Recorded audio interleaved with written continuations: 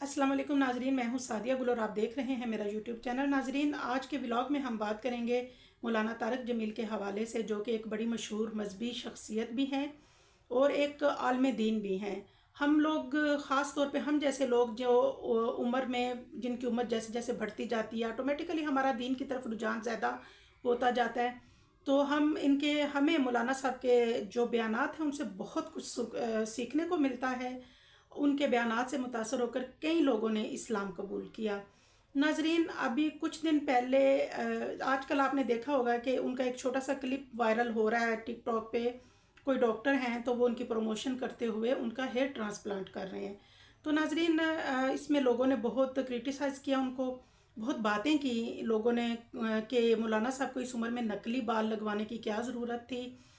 लोगों के मुताबिक अभी ये मैं नहीं कह रही, ये कुछ लोगों के मुताबिक अभी कुछ अर्सा पहले एक बयान आज सामने आया था मौलाना साहब का, जिसमें उन्होंने कहा कि जैसी शक्ल सूरत आपको अल्लाह ने दिया, आप उस पर अल्लाह का शुक्र अदा करें और अपने जो खदो खाल हैं उनको चेंज ना करवाएं या उनमें चेंज नहीं करना चाहिए। और ये उन्होंने उस हवाले से बात की थी, जैसा कि नाज़रीन आपने देखा आजकल प्लास्टिक सर्जरी बोटॉक्स का बहुत ट्रेंड है और लड़कियां और लड़के बहुत से लोग इस तरफ बहुत ज़्यादा माइल हैं। वो तो मौलाना साहब जो हैं उन्होंने कोई गलत काम नहीं किया, उन्होंने कोई ऐसा कुछ नहीं किया कि उन्होंने कुछ चेंज करवाया हो या किसी हराम जानवर या किसी और के बाल जो हैं सर पे लगवाए हों। ऐसा नहीं है, उन्होंने अपने ही बालों से अपने ही बाल जो हैं वो उनको दूसरी तरफ जो हिस्सा उनके सर का था उसमें लगवाए हैं।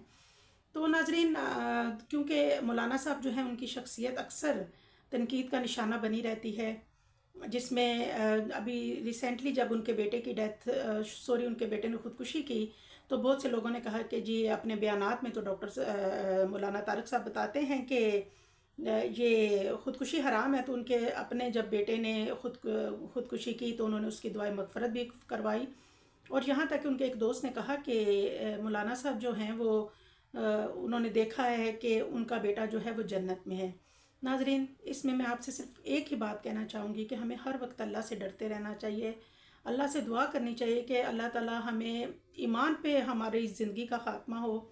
क्योंकि आपको कुछ पता नहीं, ना ही मौलाना तारिक जमील साहब को पता था, ना ही आपको पता, ना ही मुझे पता है, और कि कल को हमारे किसी रिश्तेदार, अजीज़, औलाद किसकी मौत किस तरह लिखी है। तो इस लिहाजा हमें ऐसी बातें जो हैं उनसे गुरेज करना चाहिए। किसी की दूसरों के ऊपर मुझे समझ नहीं आता हम दूसरों के ऊपर तनकीद करना कब छोड़ेंगे। वो सिर्फ एक मजहबी शख्सियत नहीं, इसके अलावा उनकी एक अपनी भी ज़िंदगी है, उनकी एक अपनी लाइफ है। आप उनको बहैसियत इंसान देखें, उनकी भी कुछ ख्वाहिशात हैं, उनकी पर्सनल लाइफ है, उनकी ज़ातियात हैं, उनकी ज़िंदगी है, उनकी पसंद नापसंद है। एक मजहबी शख्सियत होना जो है वो ये नहीं कि अब आप उनको एक ही तरीके से देखें।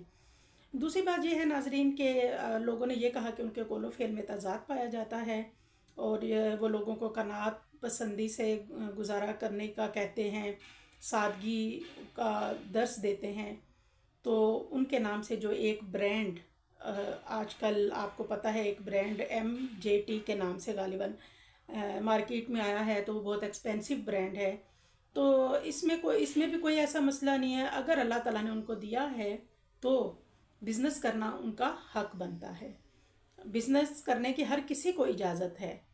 तो मेरा आप लोगों से सिर्फ यही कहना है कि हमें दूसरों पे तनकीद करने की बजाय अपना आप देखना चाहिए। हमें पहले अपने गिरबानों में झांकना चाहिए। हमें अगर हम सिर्फ एक अपना घर ठीक कर लेते हैं, अपने घर में इंसाफ कर लेते हैं, तो ये हमारे लिए एक बहुत अच्छा इक़दाम है।